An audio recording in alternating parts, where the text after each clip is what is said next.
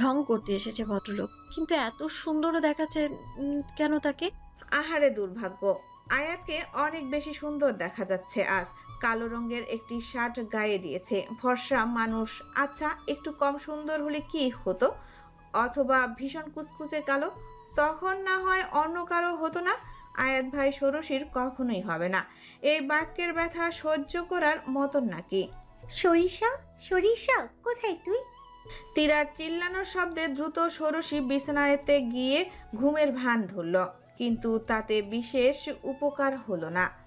আহা, আমার ভাবি কত সুন্দর ঘুমের অভিনয় করে। তড়াক করে উঠে বসলো ষোড়শী, চোখগুলোতে ভীষণ কৌতূহল। তীরা দীর্ঘশ্বাস ছেড়ে তার মাথায় ছোট্ট চট দিয়ে বলল, এখন উঠলি কেন? আমি তোর কবেকার ভাবি। রবিবারের ভাবি। ধুর, আয়াত ভাই কি ভালোবাসে আমায়, তোদের বলেছে? ষোড়শী তৎক্ষণাৎ নিজের মুখে হাত দিল।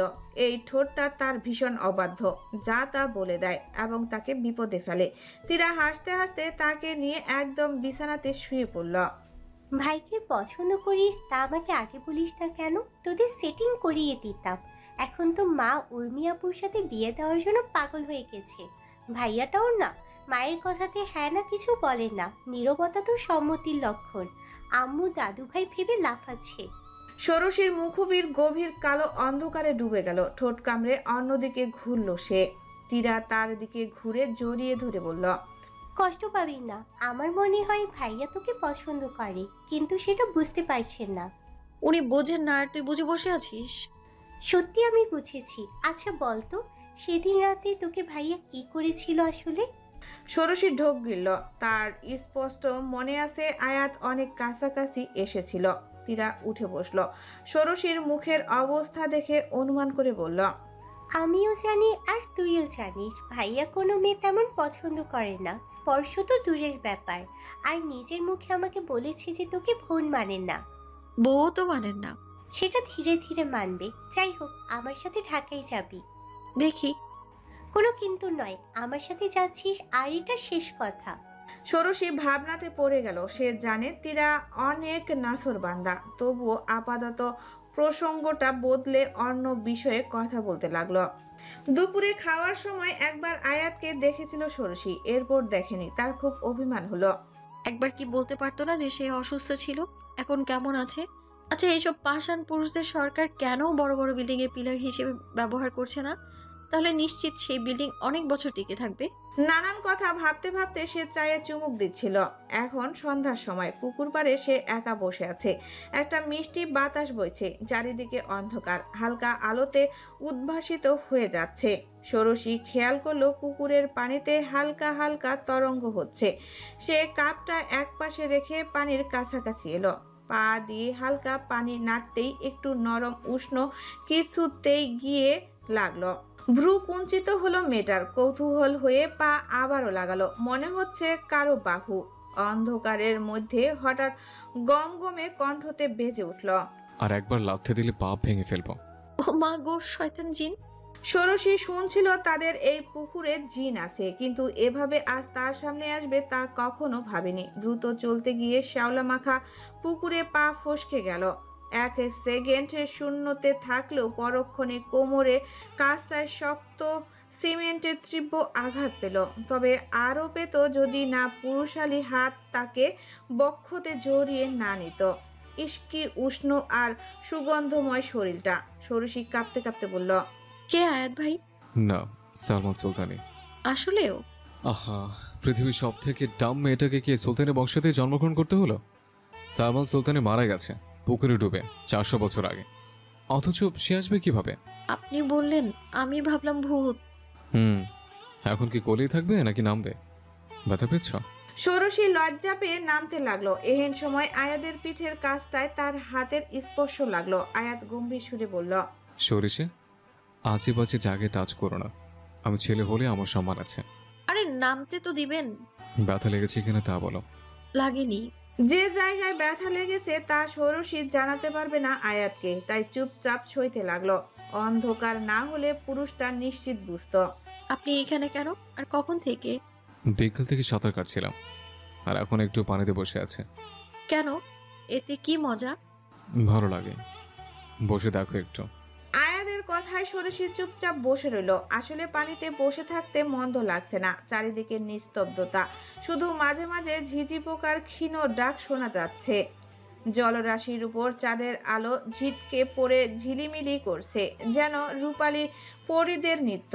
হালকা বাতাসে পুকুর পাড়ের কচুরি পানার পাতা দুলে উঠছে, তার ফাঁক দিয়ে মাঝে মাঝে মাছের ছুটে ওঠার শব্দ।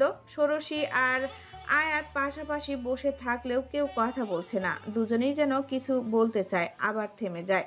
জলের স্পর্শ, হাওয়ার ছোঁয়া আর অপরিচিত এক নীরবতা তাদের ঘিরে ফেলেছে এক মোহময় চাদরে। দূরের কোনো গাছের পাখিরা ঘরে ফেরার শেষ সুর তুলছে। আয়াদের গা থেকে আসা এক অদ্ভুত উষ্ণতা, ভিজে শরীরের গন্ধ আর সেই প্রশান্ত কণ্ঠস্বরে উচ্চারিত প্রতিটি শব্দ যেন ধীরে ধীরে গলে পড়ছে ষোড়শীর অভিমানের দেওয়াল। হঠাৎ ষোড়শীর পায়ের মধ্যে পিচ্ছিল কিছু আভাস পেল। সে ভাবলো আয়াদের পা, অনেকক্ষণ পানিতে থাকায় এমন হচ্ছে। একটু নরম সুরে বলল, সরি ভাইয়া, আপনার শরীরে পা দিয়েছি। ষোড়শী, জি। কাছে এসো। ষোড়শীর চোয়াল ভাঙ্গার উপক্রম হলো এমন আবদারে সে কিছু বোঝার আগেই আয়াত তাকে অনেক ধীরভাবে নিজের কাছে টানলো, পানি থেকে কোলে তুলে উঠে দাঁড়ালো। মেয়েটা ভয়ে তার গলা জড়িয়ে ধরেছে। আয়াত দীর্ঘশ্বাস ছাড়লো। সে কি এখন ভালোবাসার কথা বলবে? সর্বপ্রথম এই ভাবনা এলো ষোড়শীর মাথায়। ষোড়শী, আবার সেই ডাক। এখন কি তবে চূড়ান্ত সময়? সে উত্তেজনায় বলল, জি। কিছুক্ষণ আগে ওটা আমার শরীর না, সাপ ছিল। স্টপ, চিল্লাবে না, তাহলে মানুষ ভাবে আমি তোমার সাথে খারাপ কিছু করছি। ষোড়শী, খামচি দিও না। সরু নখগুলো পুরো চামড়া ভেদ করে ঢুকে যাচ্ছে। ছোটবেলা থেকে সাপের প্রতি ভীষণ ভয় মেয়েটার। আয়াত সেটা খুব ভালো মতো জানে, এই জন্য কোলে নিয়ে সরে এসেছে। বললাম না খামচি দিও না। আমি ভয় পেয়েছি হুট করে, তো চিল্লানো বা খামচি আমার প্রতিক্রিয়া দেওয়ার মাধ্যম। সেটা কিভাবে থামাতে পারি? তাই বলে সারা জীবন করে রাখবো? এমনও নয়। নামো, ভেজা কাপড় রয়েছে এখন। ষোড়শীকে কোলে থেকে নামিয়ে দিল আয়াত। মেয়েটা তৎক্ষণাৎ ক্লাব দিয়ে আরো 3 ধাপ উপরে উঠে গেল সিঁড়ির। অবস্থা দেখে পুরুষটি হাসলো, হাতখানা দিয়ে চুলগুলো উপরে তুলে বলল, ভীতু বাচ্চা। মনে হয় আপনার ভয় লাগছে না? ওটা সাপ ছিল। তো ওকে আমি ছোটবেলা থেকে চিনি, আমার সাথে সেটা বিকেল থেকে বসেছিল। আয়াদের ভাবভঙ্গি দেখে মনে হলো কোনো বন্ধু তার সাথে বসেছিল। যদিও গরমকাল, তবুও অনেক সময় পানিতে থাকায় ষোড়শীর শীত অনুভব হচ্ছে। সে কম্পমান ঠোঁটে বলল, আপনি সাপটাকে চেনেন? এমনভাবে বলছেন কেন? যাদের আমার মতন সাঁতার কাটার অভ্যেস, তারা এমন অনেক প্রাণীদের চিনে থাকে। যখন আমি 12 বছর ছিলাম, তখন সাঁতার কাটতে কাটতে গিয়ে প্রথমবারের মতন ওকে আবিষ্কার করে ভয় পেয়েছিলাম। তবে ও বন্ধুর মতন আমার সাথে সাঁতার কাটে। শুকনো ঢোক গেল ষোড়শী। সে নিশ্চিত এখন কোনো জিনের সাথে কথা বলছে। তা নয়, এমন অদ্ভুত কাজ কোনো পুরুষ করতে পারে। সে কৌতূহল হয়ে শুধালো, আপনার ভয় লাগে না? না, আমি জানিও আমাকে কখনো ক্ষতি করবে না। এত অন্ধবিশ্বাস কিন্তু ভালো নয়। ভালোবাসা ভালো, তবে অতিরিক্ত ভালোবাসা নিজের জন্যই ক্ষতিকর। আমি সবটাকে ভালোবাসি না, শুধু সঙ্গ পছন্দ করি। আর কখনো তোমরা এটাকে দেখোনি। না, আর দেখতেও চাই না। আপনি কোলে বসিয়ে রাখেন। কিন্তু কোলে তো তুমি ছিলে, তাহলে তুমিও কি সাপ? কণ্ঠতে কৌতূহল মিশে আছে। অনেক রাগ হলো ষোড়শীর। সে উঁচু স্বরে বলল, হ্যাঁ, সাপ আমি। আপনাকে গিলে খাবো। তুই নাদান বাচ্চা, কোনো পুরুষকে গিলে খাওয়ার মানে জানো? কিছুটা বিভ্রান্ত হয়ে গেল মেয়েটা। আয়াদের কথার অর্থ বুঝতে পেরে ভীষণ লজ্জা পেল। এই পুরুষটাকে না সে বুঝতে পারে না, একদম না। এখন চারপাশ একদম অন্ধকার হয়ে আছে। ষোড়শীর স্মরণ হলো সিঁড়িতে চায়ের কাপ ও ফোনটা রাখা। সে অন্ধকারে অনুমান করে খুঁজে তা হাতে নিল। আমি জানি গিলে খাওয়ার মানে কি, এতটা বাচ্চা নই আমি, তবে আপনাকে তা বলিনি। জানি, কিন্তু কিছু ওয়ার্ড চুজ করার ক্ষেত্রে সতর্ক থাকা উচিত। রুমে যাও, তাহলে ঠান্ডা লেগে যাবে। আপনি আরো এখানে থাকবেন? নিরাপদ না। দেখেন, সাপটা হয়তো কোনো একদিন আপনাকে মেরে ফেলবে। যারা ভয়ঙ্কর তাদের সাথে এমন সখ্যতা রাখতে নেই। যেমন তোমরা নারীরা। আপনার সব কথা কেমন যেন। থাকেন আপনার বান্ধবীকে নিয়ে। তুমি কিভাবে বুঝলে যে সাপটা মেয়ে? আমি নিজেও জানি না। অনুমান আর কি, কারণ পুরুষ জাতির মধ্যে একে অপরের প্রতি টান অনুভব করার প্রবণতা কম। আয়াত এক মুহূর্ত চুপ করে রইল, তারপর হেসে ফেলল। একটা নীরব গভীর হাসি, যেটা সহজে বোঝা যায় না। তাহলে তুমি বলছো আমি টান অনুভব করেছে? হ্যাঁ, না হলে এই সাপের সাথে বিকেলবেলার বন্ধুত্ব গড়ে ওঠে কি করে? বিশ্বাস, সঙ্গ, ভাষাহীন বোঝাপড়া সব তো টান থেকেই জন্মায়। আয়াত আরেকবার চুপ করে গেল। তার চোখ দুটো অন্ধকারের মধ্যেও যেন দূরে কোথাও তাকিয়ে রইল। তারপর নিচু গলায় বলল, টান অনুভব করলে যদি নাম দেওয়া যেত, তবে এই পৃথিবীতে প্রতিটা ছায়ার নাম থাকতো। সব সম্পর্কের জন্য শব্দ তুলে ফেলা যায় না। তুমি যে আমাকে পছন্দ করো, তা নিছক টান নাকি ভালোবাসা? মেয়েটা থতমত খেয়ে গেল। এই পুরুষটা কেমন? কখনো হেসে ঠাট্টা করে, কখনো গভীর হয়ে যায় নদীর মতন। কিছুটা সময় নীরবতা নেমে এলো তাদের মাঝে। শুধু গা ছমছমে পুকুর ঘাটের পাথরে ভেজা শিশিরের বাতাস বয়ে যায়। আপনি নিজেকে অনেক জটিল করে তুলেছেন জানেন। আমি কখনো বলিনি আপনাকে ভালোবাসি। তাহলে রাগ করে চলে এলে কেন? আপনি আমাকে অপমান করেছিলেন। কিভাবে? মানছি তোমাকে সম্পর্কে ঠিক করা হয়নি, তবে ওভাবে জোর করে ফেলার কোনো মানে ছিল না। যে বিষয়টা কারো নিকট গুরুত্বপূর্ণ সেটা অপর ব্যক্তির কাছে মাঝে মধ্যে অর্থহীন হয়ে পড়ে। ষোড়শীর কাছে এই রাতটা অন্যরকম ছিল। তার ছোট নারী শরীর আয়াতকে গভীরভাবে অনুভব করেছিল। পুরুষটির মুখোমুখি দাঁড়ালো সে। আবসা অন্ধকারে ঠিকঠাক তেমন না দেখা গেলেও অনুমান করা যাচ্ছে। নারী শরীর অনেক জটিল, এখানে সহজে কারো বিচরণ সম্ভব নয়। সেদিন আপনি যতটা কাছে এসেছিলেন এটার অনুমতি কিন্তু নেননি আপনি। ইয়াস, কিন্তু আমি জানি তোমার খারাপ লাগেনি। এত কনফিডেন্স? আমি না হয় আপনাকে পছন্দ করি, আপনি কিসের আশায় আমায় স্পর্শ করেন? অনেকটা গুরুত্বপূর্ণ প্রশ্ন। আয়াত সহসা প্রশ্নের জবাব দিতে পারল না। বিষয়টা যেন পুকুরের সেই সাপটার মতন। আয়াত জানে একত্রে সাঁতার কাটা ঠিক না। সে যেরকম পানির নিচে অবক হয়ে আলো দেখে প্রাণীটা তা দেখে না। একদিন স্বার্থে আঘাত লাগলে তার উপর দ্বিতীয়বার আঘাত করার ক্ষেত্রে ভাববে না। ঠিক তেমন ষোড়শীর সঙ্গে তার সম্পর্ক হয়ে উঠেছে। সে মেয়েটাকে অপছন্দ করে, অথচ কথা না বলে অহেতুক কর্মকাণ্ড করা থেকে নিজেকে বিরত রাখতে পারে না। এরকম তো সে নয়। যে কোনো দিন নিজের ধৈর্য ভেঙে একটা অঘটন ঘটিয়ে ফেলতে পারে সে। তা কি ষোড়শীকে শক্ত করে জড়িয়ে ধরা, নাকি ঠোঁটের মধ্যে ভেজা উষ্ণ চুমু খাওয়া? নিজেকে গালি দিল সে মনে মনে। এসব কি ভাবছে?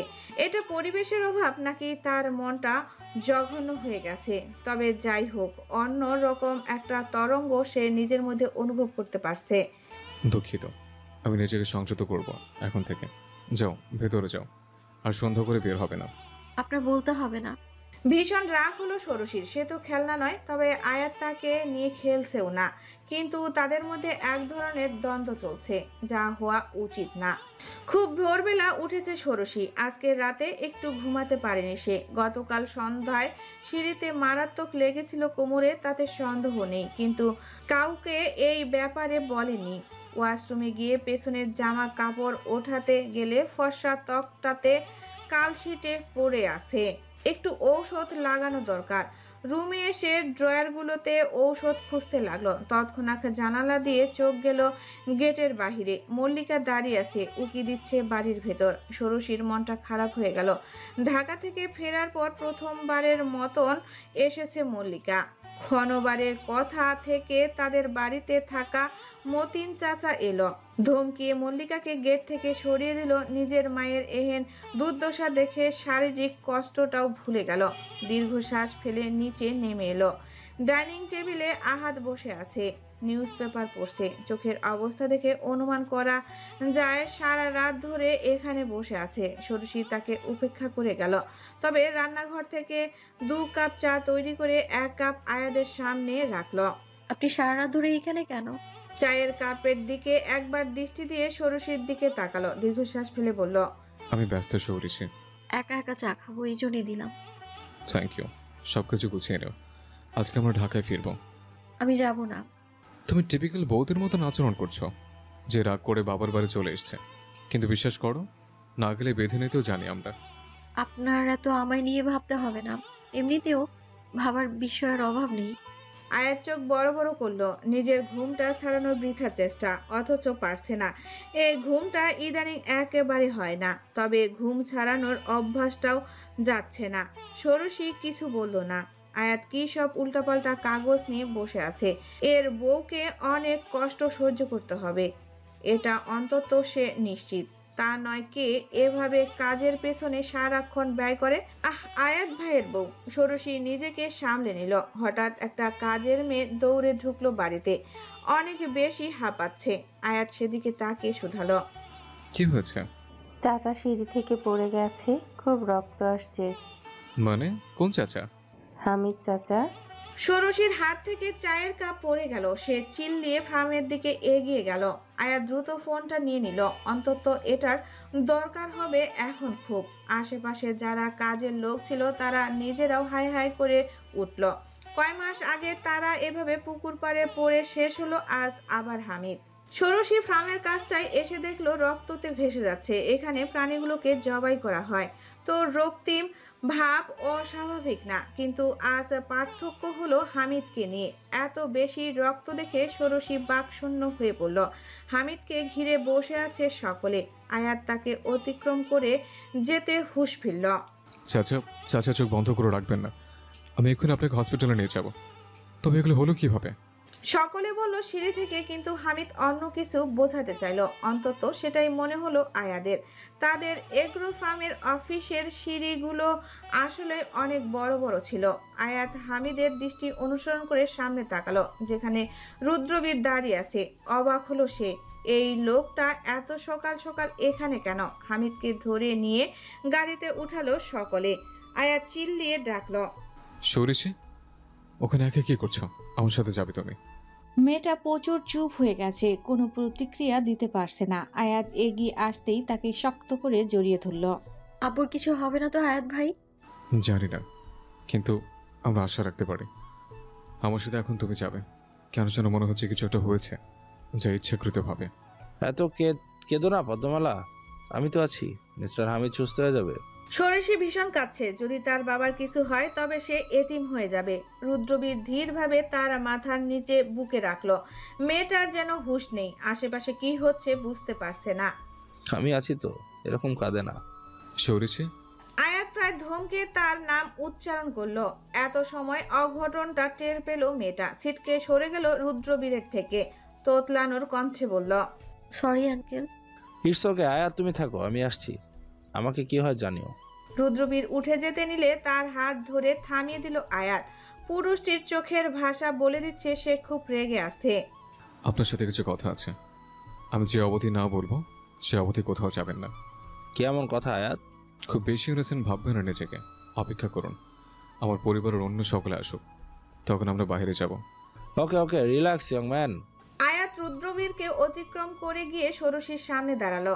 একটুতেই কান্নাকাটি করে চোখটা ফুলিয়ে দিয়েছে। আয়াত পানির বোতলটা এগিয়ে দিয়ে বলল, কান্না করার কিছু নেই, চাচা সুস্থ হবেন। ব্লাড বেশি গেছে, এই যা নাও, কিছু খেয়ে নাও। খাবো না প্লিজ। সৌরিশি, আমার জন্য খাও প্লিজ। আয়াত এক হাত দিয়ে আগলে ধরে মেয়েটাকে বসালো। বাহির থেকে আনা কেকটা ছোট ছোট করে ভেঙে ঠোঁটের ফাঁকে চালান করে দিল। একটু খেতেই ষোড়শী বিরোধ করে বলল, আর খাবো না। একটু। ষোড়শী ভদ্র মেয়ের মতো মুখে তুলল। একটু একটু করে আয়াত অনেকটা খাইয়ে দিল। এহেন সময় জুইকে আসতে দেখা গেল। ভদ্র মহিলাকে এত অগোছালো অবস্থাতেই প্রথম দেখলো আয়াত। ফুপি, এখানে আমরা। জুই হন্তদন্ত হয়ে দুজনের সামনে এলো। ষোড়শীকে স্পর্শ করে বলল, ভাই কোথায়? এখন কেমন? আয়াত শুধালো, এখন আপাতত ঠিক আছে। তুমি কি সোজা ঢাকা থেকে এলে? হ্যাঁ, বাইকে এসেছি। আজকে প্রচুর জ্যাম, তোর বাবারা এখনো পৌঁছতে পারেনি। শান্ত হও আর সৌরশীর সাথে থাকো, আমি একটু আসছি। আমি ডাক্তারদের সাথে কথা বলে আসি। যাবে, আগে রেস্ট নাও, আমি তাড়াতাড়ি ফিরবো। জুই ষোড়শীর পাশে বসলো। ভাইয়ের মেয়েটার জন্য ভীষণ মায়া হলো তার। টেনে বুকের মধ্যে নিল, মাথায় হাত বুলিয়ে বলল, কাঁদে না, ভাই সুস্থ হবে। রুদ্রবীরের হাত ধরে টেনে বাহিরে আনলো আয়াত। নীরব একটা জায়গায় এনে থামলো তারা। আয়াত কোমরে হাত দিয়ে বলল, ফার্মের সিসিটিভি ফুটেজ নেই কেন? আমাকে কল করা হয়েছিল। আশ্চর্যভাবে আপনি যাওয়ার আগ অবধি সব ঠিক ছিল। আর কি দরকার ছিল এত সকাল সকাল এখানে আসা? রুদ্রবীর নিজের এলোমেলো হওয়া শার্টটা ঠিক করে নিল, কপাল কুঁচকে বলল, আমার সাথে এত রুড বিহেভ করো না। Shut up. তা নয় আমার থেকে খারাপ কেউ হবে না। আমার পরিবারের উপর চোখ দিয়েছেন। রুদ্রবীর বিদঘুটে ভাবে হাসলো। আয়াদের কাঁধে হাতখানা রেখে বলল, চলো একসাথে বসে চা খাই, তোমার রাগটা কমে যাবে। সৌরশীর জন্য এমন করছেন, তাই না? মল্লিকা আপনার সাথে আছে, লজ্জা করে না? নিজের মেয়ের বয়সের ছোট একটা মেয়েকে নিয়ে এত বাজে খেলায় মেতেছেন। শুরুটা এত বেশি ক্ষুধা। ওয়েল, তুমি একটা জিনিস ভুল ভাবছো। আমি ষোড়শীকে অন্যভাবে দেখি। ওকে আপনি বউ হিসেবে পাবেন, তা একটু বেশি ফ্যান্টাসি হলো না? বউ? উচ্চ স্বরে হাসতে লাগলো রুদ্রবীর। হঠাৎ একটা অদ্ভুত কাজ করলো। আয়াদের গালে হাত রেখে ফিসফিস করে বলল, আমি একজন নারীকে কোনোভাবে স্যাটিসফাই করার সামর্থ্যতে নেই আয়াত। বউ রাখা সেখানে বিলাসিতা। আমি সৃষ্টিকর্তাতে বিশ্বাস করি না। সেক্ষেত্রে বলতে পারি আমার মধ্যে যান্ত্রিক ত্রুটি আছে। আমি নারীও নই, পুরুষও নই। ষোড়শীকে আমি বউ হিসেবে দেখি না। আয়াত ভ্রু কুঁচকে বলল, তবে আর আগে আমার গা থেকে হাত সরান।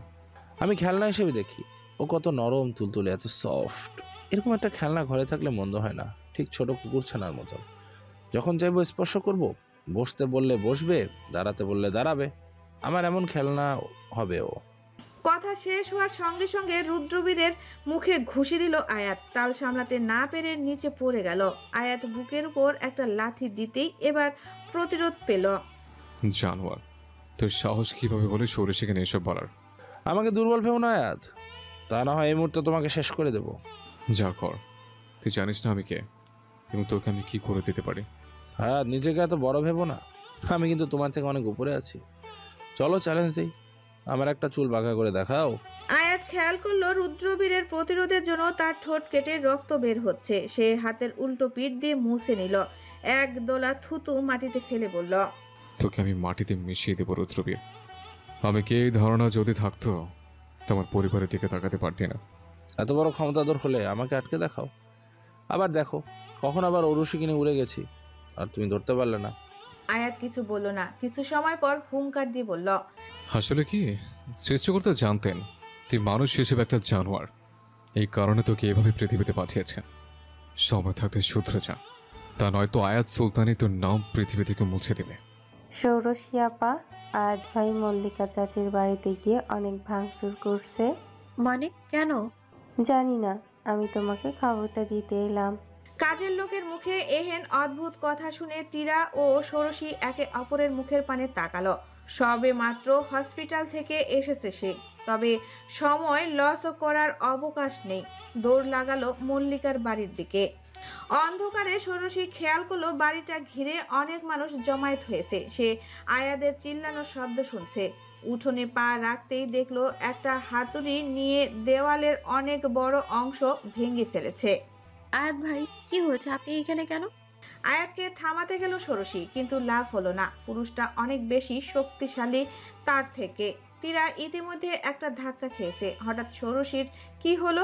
আয়াতকে জড়িয়ে ধরলো, কম্পমান কণ্ঠতে বলল, থামেন, এরকম পাগলামো কেন করছেন? আমি আর নিতে পারছি না, থামেন দয়া করে, আমার জন্য থামেন। তৎক্ষণাৎ থেমে গেল আয়াত। মল্লিকা বারান্দায় লুকিয়ে আছে। এবার যেন একটু সাহস পেল সে, চিল্লিয়ে বলল, এই পুলিশ ডাকতো। তোদের কি করেছি আমি? চুপ, আর একটা কথা বলে এটা দিয়ে দিব। আয়াতের ধমকে ওমাগো বলে সরে গেল মল্লিকা। ষোড়শী বিরক্ত হয়ে বলল, এমন কেন করছেন মা? কি? ঠাস করে গালে চর বসালো ষোড়শীর। তবে বিগত চরগুলোর থেকে এটা অনেক বেশি অসহনীয় ছিল। মেয়েটা অশ্রু সজল চোখে তাকিয়ে রইল। আয়াত ধমকে বলল, এখানে কি নাটক করতে এসছো? এই মহিলাকে যদি মা বলো তাহলে চিপসটা টেনে লম্বা করে ফেলবো। আমার কি দোষ আয়াত ভাই? সবসময় আমায় কেন এইভাবে বলির পাঠা বানান? ষোড়শীকে বিয়ে দিয়ে দে হামিদ।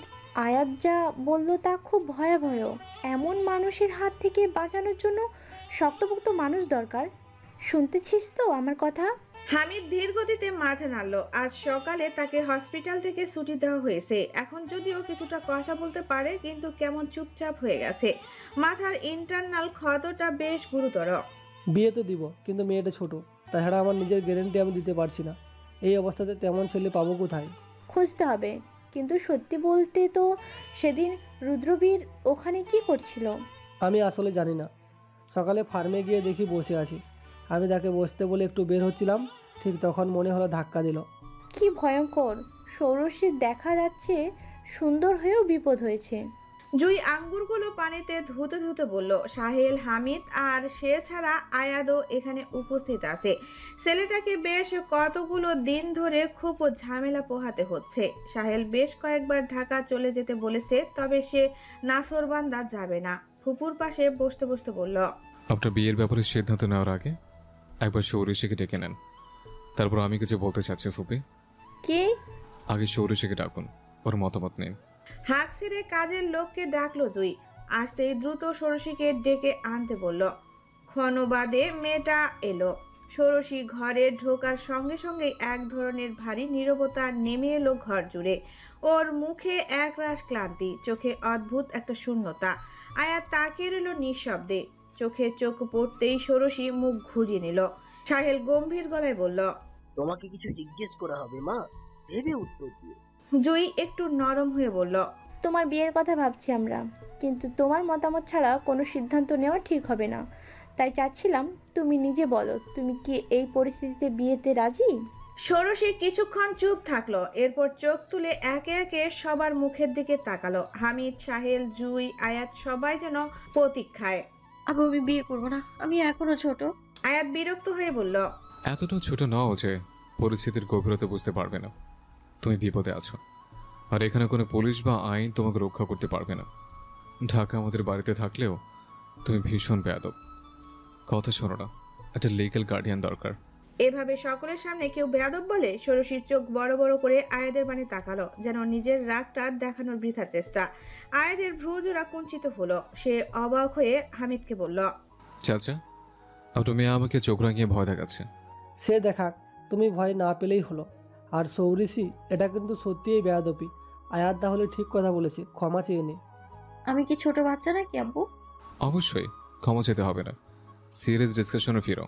তুমি কি বিয়ের জন্য তৈরি? তাহলে আমি কিছু বলতে চাচ্ছি। ষোড়শী সহসা জবাব দিতে পারল না। সে যদিও না বলে, তবে কি তার কথার কোনো মূল্য আছে? সকলে তো সিদ্ধান্ত নিয়েই নিয়েছে ইতিমধ্যে। সে ধীরভাবে মাথাটা হেলিয়ে বলল, আপনারা যেটা ভালো মনে করেন করুন। জুই আঙ্গুরগুলো হামিদের হাতে তুলে দিয়ে আয়াদের উদ্দেশ্যে বলল, আয়াত, কি যেন বলবে বলছিলে, সেটা বলো। ষোড়শীর হৃদয়ের স্পন্দন বৃদ্ধি পেল। এই পুরো বাতাবরণ জানান দিচ্ছে আয়াত এখন নিজেকে পাত্র হিসেবে উপস্থাপন করবে। আয়াত গা সজা করে বসলো। তার চোখে বর্ণহীন অস্ত্রতা, যেন অনেক কিছু আগে থেকে চিন্তা করে রেখেছে সে। ষোড়শী নিঃশব্দে তাকিয়ে এলো। তার বুকের ভেতরটা কাঁপছে, মনটা ধুকভুক করছে। বুকের গোপনে এক ফোঁটা আশার আলো সে ধরে রেখেছে। আয়াত অবশেষে বলল, ফুপু, আমি আসলে ইজাজের কথা ভাবছি। মানে তোমার ছেলেকে। সে সৌরিশের জন্য যথেষ্ট উপযুক্ত। দেশে ফিরবে কিছুদিন পর। দেশের বাইরে ভালো চাকরি আছে, মার্জিত স্বভাব, নিরাপত্তা দিতে পারবে। এই পরিস্থিতিতে ইজাজের মতো কাউকে দরকার। ঘরে হঠাৎ একরাশ নীরবতা নেমে এলো। সেই নীরবতার ছুরি চালিয়ে একরাশ কিছু প্রশ্ন, কিছু অব্যক্ত সম্ভাবনাকে মৃত করে তুলল আয়াত। ষোড়শীর মুখটা মুহূর্তেই বিবর্ণ হয়ে গেল। সে মাথা নিচু করল, কিছু বলল না, কোনো শব্দ করল না। কিন্তু তার চোখে হঠাৎ জমে থাকা কুয়াশা কেউ খেয়াল করলে দেখতে পেত। জুই কিছুটা চমকে তাকালো আয়াদের দিকে। ইয়াজ, তুমি ওকে জড়াতে চাইছো এই ঝড়ের মধ্যে? ফুপু, ইজাজের বয়স হয়েছে, ও নিজের মতো চিন্তা করতে পারে। আমি ওর সঙ্গে কথা বলবো। সে রাজি থাকলে কথা বাড়াতে সমস্যা নেই। কি বলেন বাবা? সাহেল ও হামিদ একে অপরের মুখোমুখি তাকালো। সম্মরণ হচ্ছে কিছু একটা তাদের মোটেও পছন্দ হয়নি, তবে নীরবতা অবলম্বন করলো। জুই একটু গম্ভীর হয়ে গেল। চোখের কন্যায় সংখ্যা দেখা গেল। ইজাজকে আমি জানি, সে সহজ নয়। ভেতরে ভেতরে কত কি ভাবে তা সবসময় বোঝা যায় না। সৌরসির সাথে মানাবে কিনা আমি কিছু সময় নিয়ে ভেবে নেই পুরো বিষয়টা। হ্যাঁ সৌরিশি, তুমি কি বলো? ইজাজের সাথে তোমার বেশ সম্পর্ক ভালো। আমি কিন্তু তা বহু পূর্বে খেয়াল করেছিলাম। আমি জানি না কিছু, আপনারা যা ভালো মনে করেন আয়াত ভাই। মেয়েটার কণ্ঠে কোনো অভিমান নেই, অথচ কথাও যেন দুঃখ জমাট বেঁধে আছে। হয়তো সে আশা করেছিল কেউ অন্তত তাকে চাইবে। সেই কাউকে সে চোখের সামনে দেখলো, কিন্তু তাকে পায়নি। আয়াদের থেকে মুখটা ঘুরিয়ে নিল সে। কেবল নিজের ভেতরে একটি কান্না, একটি নিঃশব্দ আহাজারি অনুভব করলো, যা কারো কানে পৌঁছালো না। আমাকে অতি দ্রুত আপডেট করো। আমি জানতে চাচ্ছি পুরো গেমটা ঠিক কিভাবে খেলা হচ্ছে। ওকে, রাত শেষ হওয়ার আগে মেল করবে। এখন রাখছি। আয়াত ফোনটা রেখে সিগারেট ধরালো। পুরো ছাদময় অন্ধকার, শুধু মাঝে মধ্যে হালকা চাঁদের আলোতে আশেপাশে দেখা যাচ্ছে। হঠাৎ কেন যেন মনের ভেতর ফাঁকা অনুভব করছে সে, তবে ঠিক কোন কারণে তা জানে না। শুধু মনে হচ্ছে কিছু একটা হারিয়ে ফেলছে। পেছনে শব্দ করে ছাদের দরজাটা লেগে গেল। কে কে ওখানে? কান্নারত কণ্ঠতে ষোড়শী বলল। আয়াত ভাই, আমি। হাতে থাকা সিগারেটটা ফেলে দিল আয়াত। ফোনের ফ্ল্যাশ লাইটের সামনে ধরতেই চমকে গেল। ষোড়শীকে দেখে মনে হচ্ছে অনেক কান্না করেছে, তবে অদ্ভুত বিষয়, মেয়েটা সবে গোসল করেছে। এত রাতে এখানে কে চাই? কেন করলেন আমার সাথে এমন? কি করেছে আমি? ইজাজ ভাইয়ের সাথে কেন বিয়ে ঠিক করলেন? তুমি রাজি না? তাহলে সবার সামনে বললে না কেন? আমি কেন সবার কাছ থেকে শুনবো? আমি আপনার কাছ থেকে শুনবো। ষোড়শী এগিয়ে এলো, সরাসরি আয়াদের মুখোমুখি দাঁড়িয়ে ফিসফিস করে বলল। আমি আপনার কাছ থেকেই শুনবো। কেন আপনি আমার সাথে এমন ব্যবহার করেছেন যাতে মনে হয় আপনি আমায় পছন্দ করেন? এটা স্পষ্ট প্রতারণা। আমি তোমাকে অনেক আগেই নিষেধ করেছিলাম। এরপর যদি নিজে নিজে ভেবে নাও তাহলে আমার কিছু করা থাকে না। এই জাজ ভালো ছেলে, বিয়েটা করে নিতে পারো। ঠান্ডা গলায় কথাগুলো বলে আয়াত ঘাড় ঘুরিয়ে তাকালো আকাশের দিকে, যেন এই আলোচনা তার জন্য তুচ্ছ। ষোড়শী এতক্ষণ নিঃশব্দে দাঁড়িয়েছিল, চোখ থেকে টপ টপ করে জল পড়ছে।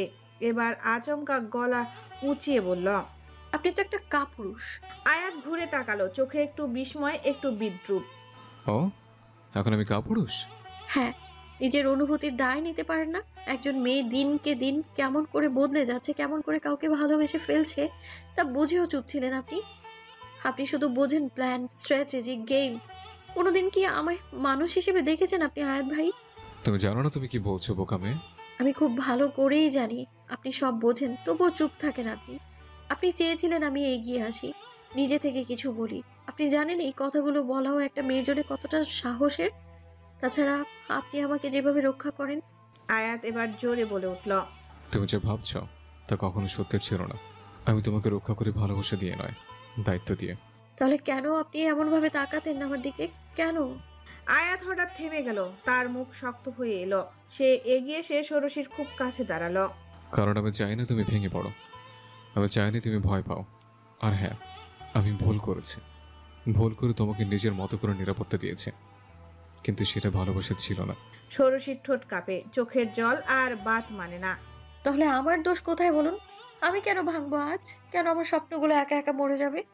এক মুহূর্তের জন্য আয়াদের চোখেও কিছু একটা কাঁপলো, হয়তো কষ্ট, হয়তো অপরাধ বোধ, কিন্তু সে নিজেকে সামলে নিল। যে মানুষ নিজে ভালো না বোঝে তার স্বপ্ন বাঁচিয়ে রাখা যায় না। তাছাড়া তুমি আমার একটা গোপন কথা জানো, কখনো তোমাকে সঙ্গে আমি করব না। ষোড়শীর রাগ উঠে গেল। সে এখন কি করবে? তার বুকটা ফেটে যাচ্ছে কষ্টে। আচ্ছা, হারিয়ে ফেলার যন্ত্রণা এত কষ্টের? এর থেকে তো মৃত্যুও ভালো। নাক টেনে বলল। আমাকে আপনি ভাবি বলবেন না, এই জাজ আমার ছোট, তুমি ভালো থাকবে। হঠাৎ কি হলো? ষোড়শী সে একদম আয়াতের কাছে চলে এলো। আয়াত তার শরীরের তাপ বুঝতে সক্ষম হলো। মেয়েটা জ্বরের ঘরে আছে দেখে এসব আবল তাবল বকছে। আয়াতকে সব থেকে অবাক করে দিয়ে বলল। তীরা একটু আগে বললো আমি ভীষণ নরম। আয়াত ভাই পুরুষ হিসেবে এহেন নারীকে হাতছাড়া করবেন না, তার স্বাদ গ্রহণ করুন। লোভ দিলে? এই কথা যখন হুঁশ ফিরবে তখন মনে হলে নিজে নিজে কিন্তু লজ্জা পাবে। পাবো না, তাও আমি অন্য কাউকে বিয়ে করব না। সৌরেশী, এভাবে ডাকবেন না তো, কষ্ট হয় ঠিক এইখানে বুকের মধ্যে। আমার লোভ হয় না সৌরেশী, রুমে যাও, তোর কাল এসে মনে করে কাঁদবে। আয়াত ভাই কোথায়? আজ সকাল থেকে তাকে একবারও দেখিনি। তুই কিছু জানিস ষোড়শী? টেবিলের উপরে রাখা ধোয়ায়িত চায়ের কাপের পানে হাত বাড়ালো ষোড়শী। মাথায় প্রচন্ড যন্ত্রণা হচ্ছে তার। ইদানিং কিছু হলে জ্বর এসে যাচ্ছে, আবার সকাল হতেই সেরে উঠে। তার শারীরিক অবস্থা যেন মনের সাথে মিলে মশকরা করছে। জানি না আমি কি ওনার বউ যে খোঁজ রাখবো? আমি ওনার ভাবি। তীরা ভ্রুজোড়া কুঞ্চিত করলো। ষোড়শীকে খুব কম রাখতে দেখা যায়, তবে যখন রাগে তখন সহজে নিজেকে সামলাতে পারে না। সে নিজেও আয়াদের কাজের জন্য বিরক্ত। কি হতো যদি ষোড়শীকে সে বিয়ে করত? ইজাজ ভাই ছোট, তাই তুই আয়াত ভাইয়ের কখনো ভাবি হতে পারবি না। চুপ, আমি ভাবি হব? এত বেশি কথা বলিস না তো।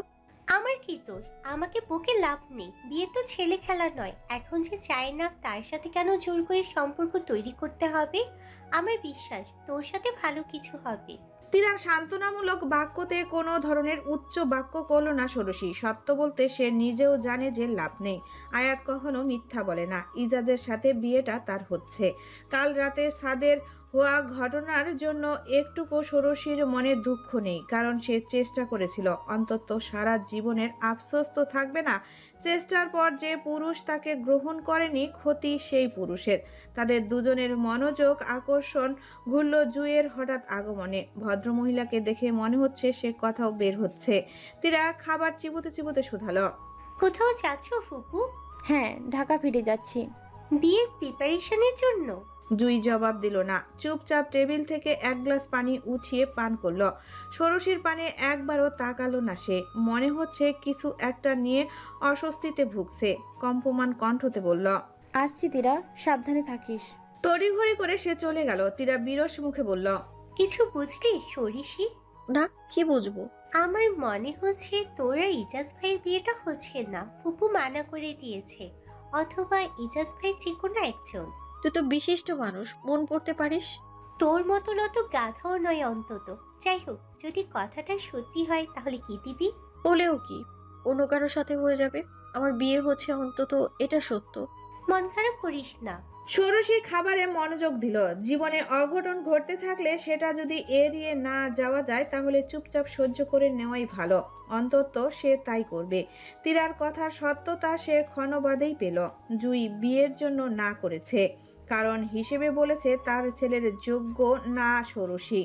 এতে সাহেলের সাথে অনেক বেশি তর্ক হয়েছে, তাই এত সকালে রাগ করে চলে গেল জুঁই। যদিও কারণটা শুনে কষ্ট লাগলো ষোড়শীর, কিন্তু বিয়ে তো ভাঙল। সারাদিন আয়াতকে আর সে দেখতে পায়নি। তবে মনে মনে ঠিক করে রেখেছে যে যখন দেখা হবে তখন খুব শুনিয়ে দিবে। রাতে সকলের খাওয়া দাওয়ার পর আয়াত এলো। মানুষটাকে দেখে খুব ক্লান্ত মনে হচ্ছে। ষোড়শীর মায়া হলেও নিজেকে সংযত রাখলো। আয়াত সোজা হামিদের রুমে চলে গেল। তাকে চিন্তিত মনে হচ্ছে। নিশ্চয়ই আবার কোনো ছেলেকে ধরছে তার জন্য। ষোড়শীর পা টিপে টিপে দরজার কান রাখলো। ভেতরে সত্যি তার বিয়ে নিয়ে আলাপ হচ্ছে। পুরোটা শোনার জন্য আরেকটু ভালোভাবে দাঁড়ালো সে। আজ সন্ধ্যায় তোর আর আয়াদের বিয়ে। আমি জানি তোর থেকে না জেনে সিদ্ধান্ত নেওয়া ঠিক হয়নি, কিন্তু আমি তোর বাবা, খারাপ সিদ্ধান্ত নিব না। আমার কাছে আসলে সময় নেই মা, কোনো প্রকার না করিস না, তোর হাতে ধরে বলছি। হামিদ আকুলভাবে ষোড়শীর হাতখানা ধরল। তার মেয়ের বয়স সবে মাত্র 17। এতটা ছোট বয়সে বিয়ে দিতে তার মনটা টানছে না, কিন্তু সে তো নিরুপায়।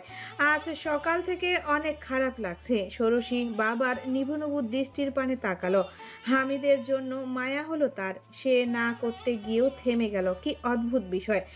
গতকাল অবধি যে বিষয়টা তার একমাত্র চাওয়া ছিল, আজকে তা পেয়েও মূল্যহীন। গতকাল রাতে আয়াদের কথাগুলো এখনো কানে নির্জন বনে কাঁসার থালার বাজার মতো করে বেজে চলছে। আয়াত ভাই রাজি আছে? হামিদকে একটু দ্বিধাগ্রস্ত দেখা গেল, তবে সামান্য হেসে বলল, রাজি না হলে তোকে বলতাম, তবে এখন বিষয়টা মাহমুদা আর তোর দাদির থেকে লুকিয়ে রাখতে হবে। সময় হলে আয়াত জানিয়ে দিবে। কেন? কারণ তুই ছোট, বাড়ির বউ হিসাবে দায়িত্বগুলো এখনই চাপিয়ে দিলে সহ্য করতে পারবি না। বাবা, মিথ্যে বলো না। আসল সত্য হলো চাচি জানলে কখনো বিয়েটা হতে দিবে না, অথবা হওয়ার পর জানলে যে কোনোভাবে ভেঙে দিবে। এত ভাবতে হবে না তোর, এমন কিছু না। আয়াত চায় না এখন বাড়িতে জানাতে। ও। ষোড়শীর আরেক দফা মন ভাঙল। আসল মানুষটা তাকে একটুকু চায় না, এজন্য এমনভাবে লুকাচ্ছে। এভাবে বিয়ের ভবিষ্যৎ আছে বাবা? বলো তো, আমি বিয়ে ছাড়া। না, রুদ্রবীরের জন্য একা রাখা কখনো ঠিক হবে না। শক্ত একটা অভিভাবক দরকার। আমি বললাম হ্যাঁ রায়াত, আয়াত তোকে বিয়ে ছাড়া খেয়াল রাখবে, কিন্তু এতে কখনো না কখনো ভুল হবে। অথচ যদি বিয়েটা হয়ে থাকে তাহলে দায়িত্ববোধ থাকবে। তাছাড়া হালালে অটোমেটিক ভালোবাসা তৈরি হয়ে যায়। ষোড়শী মনে মনে প্রতিবাদ করতে চাইল যে কখনো ভালোবাসা হবে না। মানুষটা যে তাকে তুচ্ছ মনে করে।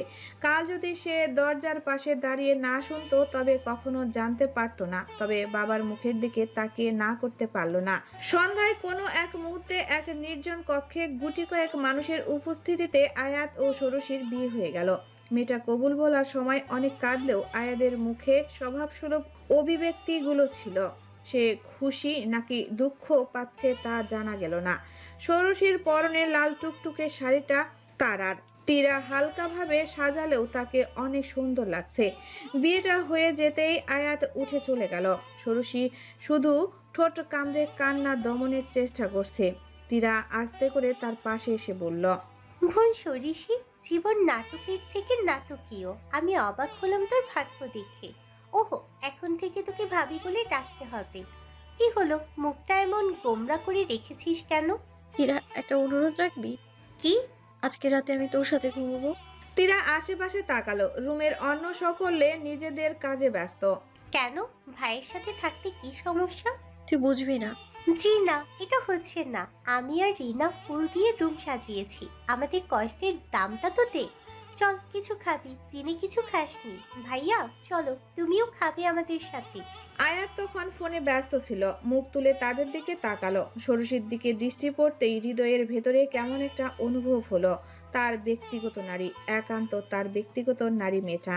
তোরা যা তীরা, আমি একটু পর খাবো। আয়াত কাকে কল করতে করতে রুম থেকে চলে গেল। ষোড়শী দীর্ঘশ্বাস ফেলল। খাওয়ার পর অনেকটা অনিচ্ছা সত্ত্বেও তাকে রুমে এনে রেখে গেল তীরা। খুব সাধারণভাবে বিছানা সাজিয়েছে কয়েকটা গোলাপ আর রজনীগন্ধা দিয়ে।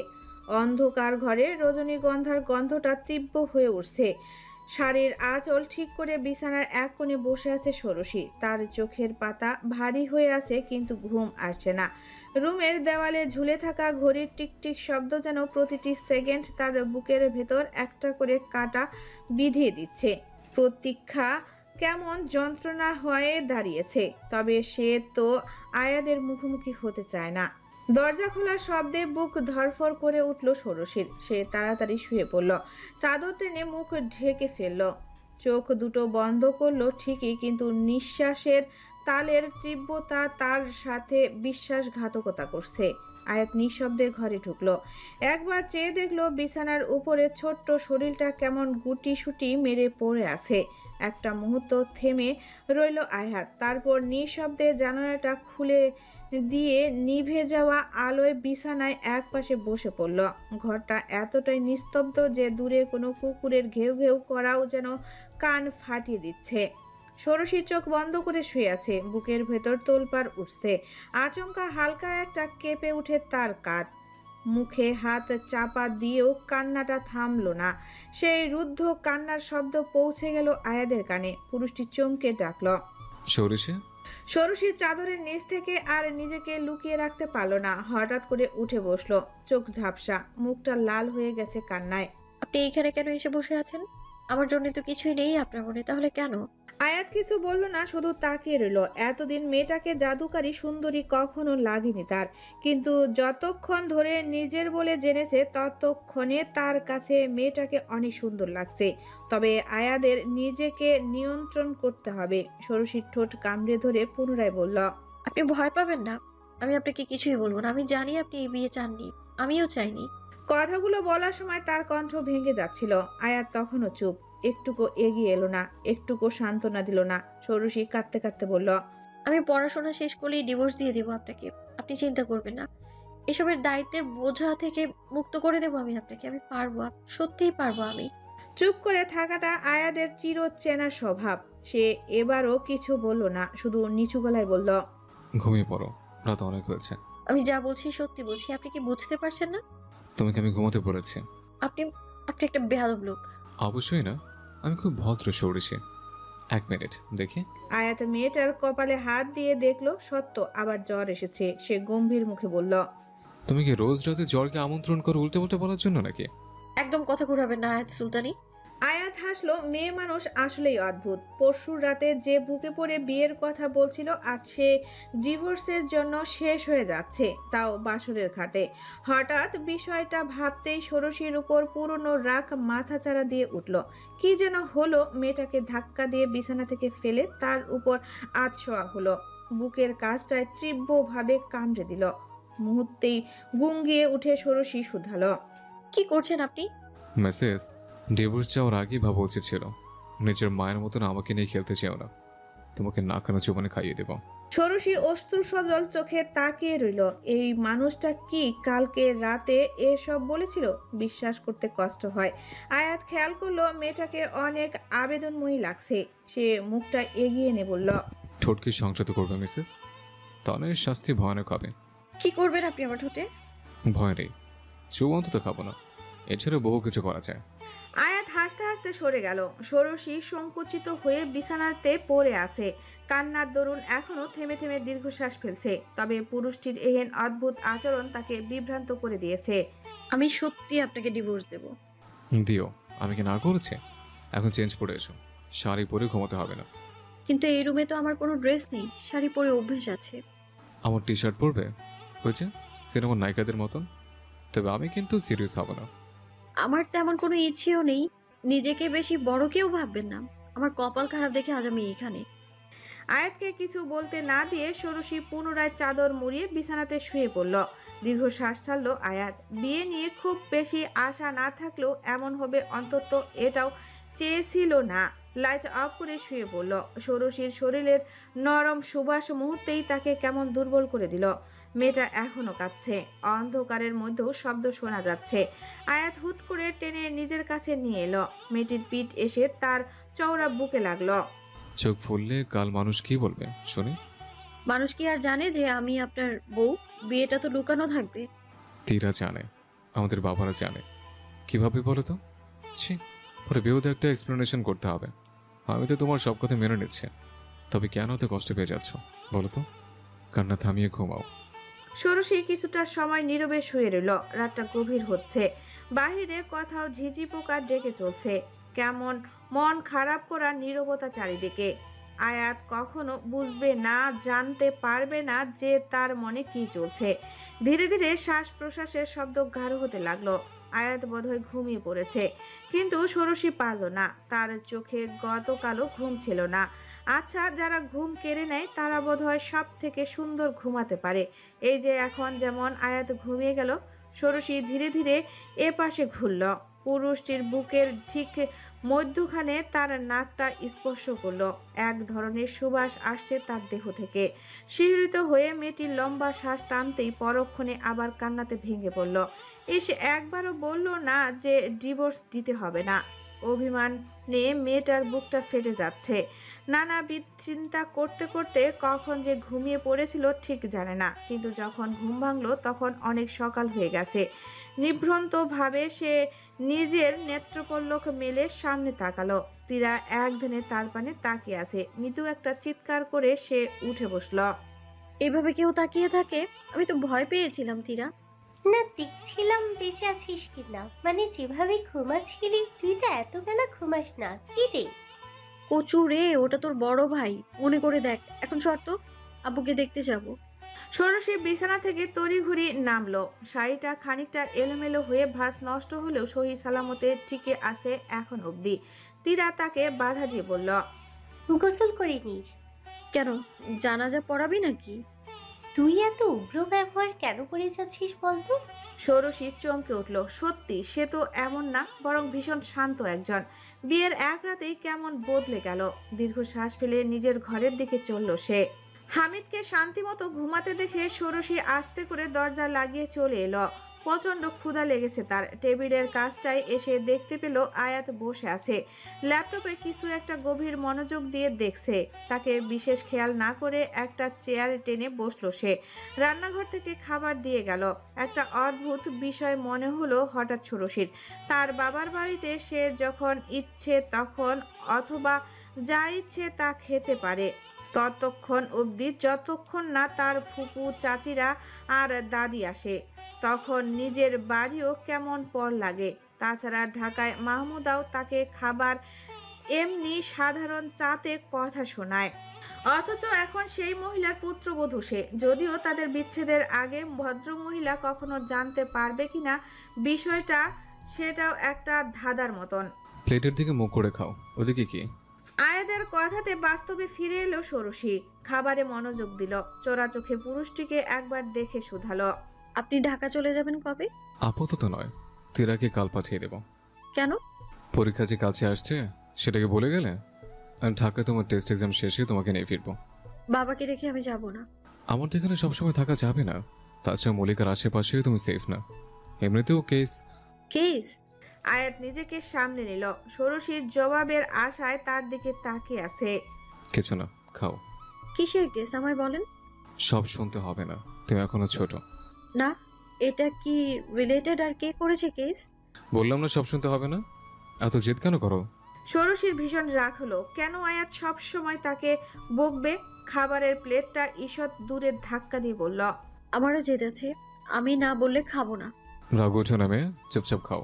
ষোড়শী খেলো না, চুপচাপ বসে রইল। আয়াত এমনিতে একটা বিষয় নিয়ে ভীষণ চিন্তিত। এখানে আসার আগে ঢাকাতে নিজের মাকে উর্মির ব্যাপারে বিয়ে নিয়ে পজিটিভ সাইন দিয়ে এসে আবার ষোড়শীর জন্য কবুল পড়েছে। এখন খুবই সংকটময় একটা পরিস্থিতি। তার উপর গত রাত থেকে মেয়েটা পাগলের মতো আচরণ করে যাচ্ছে। আয়াতের ল্যাপটপ থেকে চোখ ফিরিয়ে উঠে দাঁড়ালো, যেতে যেতে বলল, ইডিয়েট মেয়ে, সবসময় রাগিয়ে দেয়। সে কেন ইন্ট্রোভার্ট হলো এই ব্যাখ্যা বহু সময়েও ষোড়শী পেল না। সে পণ করেছিল যে খাবে না, কিন্তু জিনিসটা নষ্ট করতেও মন চাচ্ছে না, তাই চুপচাপ খেতে লাগলো। প্রথমে সে ভেবেছিল আয়াদের রাগকে সে পাত্তা দেবে না, কিন্তু দুপুর গড়িয়ে বিকেলও যখন লোকটা ফিরল না, তখন কেমন করে উঠল মন। হয়তো সেই একমাত্র বউ যে এভাবে বিয়ের পরের দিন স্বামীকে রাগিয়ে দিছে। একটা কাজের মেয়েকে জিজ্ঞাসা করতেই সে জানায় আয়াত পুকুর পাড়ে বসে আছে। সন্ধ্যার দিকে মাথায় ঘোমটা দিয়ে সে ওদিকে এগিয়ে গেল। আয়াত এখনো ল্যাপটপে কিছু করছে, ষোড়শী জানে না কি তা, তবে খুব মনোযোগ রেখেছে সে। পেছনে দাঁড়িয়ে মেয়েটার গলা পরিষ্কার করার মতন শব্দ করল। সে বিভ্রান্ত হলো অপর পাশে কোনো রূপ প্রতিক্রিয়া না দেখে। এই যে শুনছেন, একদম টিপিক্যাল বউদের মতন। আয়াদের ভীষণ হাসি এলো, তবে সে পূর্বের মতন নিশ্চুপ বসে কাজ করতে লাগলো। ষোড়শী আবারও ডাকলো, তবে জবাব এলো না। এবার সে একদম কাছাকাছি গেল। কত সময় ধরে ডাকছি? আয়াত ল্যাপটপ পাশে রেখে দিল আর মোড়া ভেঙে উঠে দাঁড়ালো। বাড়িতে চলুন। আয়াতের বলতে মন চাইলো সে রেগে নয়, এমনি এখানে বসেছিল, কিন্তু মেয়েটার এভাবে তাকে মানানো ভীষণ ভালো লাগছে। ষোড়শী তার হাত ধরে বলল, আয়াত ভাই চলুন। উঁচু স্বরে হেসে ফেলল, পাল্টা মেয়েটির হাতখানা ধরে বলল, আয়াত ভাই তাই না? ষোড়শীকে টান দিয়ে পুকুরে ফেলে দিল আয়াত। মেয়েটা প্রতিক্রিয়া দিবে এর পূর্বেই আয়াত ঝাঁপিয়ে পড়ে তাকে মুহূর্তেই সাঁতরে নিয়ে গেল ঠিক মধ্যখানে। একটু বায়ুর আশাতে মেয়েটা দীর্ঘশ্বাস ফেলতে লাগলো, মুখ উঁচু করে, ঠিক রূপুলি ইলিশের মতন। আমার শ্বাস নিতে দিন, শ্বাস নিতে দিন। ধাতস্থ হতে দিল মেয়েটাকে আয়াত। যখন নিজেকে সামনে নিল তখন এক কদম কাছে টেনে ফিসফিস করে বলল, চলো একসাথে সাঁতার কাটে। যদি আমাকে হারাতে পারো তবে তোমাকে আমি 5,000 টাকা দিব। আর যদি হেরে যাই তবে? আমাকে তুমি চুমু খাবে, তাও ঢাকায় গিয়ে দাদির সামনে। আমি মোটেও এমনটা করব না, তাও আবার কিনা দাদির সামনে। আপনি জানেন দাদি আমাকে পানের সাথে গিলে খাবে। তুমি যে হারবে সে নিশ্চয়তা কি? হতেও পারে যে জিতে গেলে। ষোড়শীর চোখ জোড়া ছোট ছোট করে ফেললো। চারিদিকে বাল্বের ক্ষীণ আলোর সঙ্গে চাঁদের আলোয় বিকশিত হয়ে আছে। তাদের নড়াচড়ার দরুন ঘোলা পানিতে মৃদু তরঙ্গের তৈরি হচ্ছে। সেই তরঙ্গের শব্দে যেন মনমোহিনীর বলা গানের মতন। ষোড়শীর আরো খানিকটা কাছে চলে এলো আয়াত। পুরুষটির শক্ত হাত তার নরম কোমর পেঁচিয়ে নিল। সবাই জানে আপনি সাঁতারে 1 নাম্বার, তাহলে কিভাবে আশা করেন যে আমি জিতবো? নিজের উপর কনফিডেন্স রাখতে হবে মেয়ে। যদি নিজের উপর অবিশ্বাস করো, নিজেকে হারিয়ে ফেলো, তাহলে এই দুনিয়া বসে আছি তোমাকে ছিঁড়ে খুঁড়ে খাওয়ার জন্য। চলো 5,000 টাকার সঙ্গে তোমার প্রিয় ক্রিকেটারের অটোগ্রাফ করা ব্যাট। যদি জিততে পারো আমি দেব। আমার প্রিয় ক্রিকেটার এই দেশের না, ইংল্যান্ডের। আপনি কিভাবে তার অটোগ্রাফ আনবেন? এই তুমি তো পাক্কা দেশদ্রোহী। যে ইংরেজরা 200 বছর আমাদের শাসন করলো তাদের কিনা প্রিয় হিসেবে ধরে রেখেছ। পয়েন্টে আসেন। পয়েন্টে আছে, যদি তুমি পারো তাহলে আমি এনে দেব। কিন্তু কিভাবে? আয়াত মুস্কি হাসলো। ষোড়শীর কপালে থাকা সিক্ত চুলগুলো আঙ্গুল দিয়ে সরিয়ে দিল। ফিসফিস করে বলল, জিন দিয়ে সার্ভিস দেওয়াবো। এখন বলো কম্পিটিশন লাগাবে কিনা? তুমি কিন্তু জিততেও পারো। আয়াদের কথাতে ষোড়শী পুরোপুরি বিভ্রান্ত হয়ে গেল। যদিও অফারটা ভীষণ লোভনীয়, তবে যদি কোনোভাবে হেরে যায় তাহলে দাদির সামনে চুমু খেতে হবে। ষোড়শী পুরো ঘটনাটা নিজের কল্পনাতে তৈরি করল। আয়াতকে চক্ষাস করে চুমু খাওয়ার পর তার দাদি হার্ট অ্যাটাক করেছে। ছি ছি, কি বিপদগ্রস্ত চিন্তা ভাবনা। আমি এরকম কোনো প্রতিযোগিতা করব না। ওকে, পুরস্কারের মাত্র বাড়িয়ে দিলাম আবারও। তোমাকে নিয়ে কক্সবাজার যাব, ঠিক আছে? আপনার লাভ কি এতে? চলো আগে কম্পিটিশন শেষ করে। ষোড়শী অনেকটা দ্বিধা নিয়ে রাজি হয়ে গেল। শর্ত হলো সিঁড়ি স্পর্শ করে পুরো পুকুর দুবার ঘুরে আসতে হবে। মেয়েটা ভালো মতো ওড়না গায়ে বেঁধে নিল। ছোটবেলা থেকে সাঁতার কেটে অভ্যাস আছে। আয়াত ইশারা করতেই শুরু হলো তাদের প্রতিযোগিতা। ষোড়শী প্রাণপণে চেষ্টা করে যাচ্ছে, তবে আয়াত লম্বা ও অভিজ্ঞ হওয়ার মুহূর্তে অনেক দূর এগিয়ে গেল। ষোড়শীর স্মরণে হলো সে যদি হেরে যায় তাহলে ঠিক কি হতে পারে আজ। হঠাৎ কথা থেকে তেজ এলো। পানিতে মুহূর্তেই শরীর ছেড়ে দিয়ে বিদ্যুৎ গতিতে শর্ত পূরণ করলো। ষোড়শী জিতে যাওয়ার মুহূর্তটা তার কাছে স্বপ্নের মতো ঠাহর হলো। আয়া তার কাছে এসে জোরে জোরে শ্বাস ফেলতে ফেলতে বলল, জিতে গেলে তুমি। ষোড়শীর দৃষ্টিতে এখনো অবিশ্বাস খেলা করছে। সে ঢোক গিলে বলল, কিন্তু জিতলাম কি করে? যখন আসন্ন ভবিষ্যতে বিপদ আসতে দেখে মানুষ তখন প্রাণপণে নিজের সর্বোচ্চটা দিয়ে লড়ে যায়। শোনো, যে মাঝির পিছনে কুমির লেগে আছে তাকে নৌকা টানায় কেউ হারাতে পারে না। তুমি ঠিক এই কারণে জিতে গেলে। আজকের লেসন হলো নিজের উপর আত্মবিশ্বাস রাখবে এবং বিপদের মাত্রা বুঝে যে কোনো পারফরমেন্স করবে।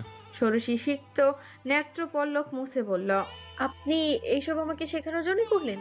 তা নয় তো কি, তোমার যে স্বভাব, সারাদিন পর একটু পরপর কাঁদো।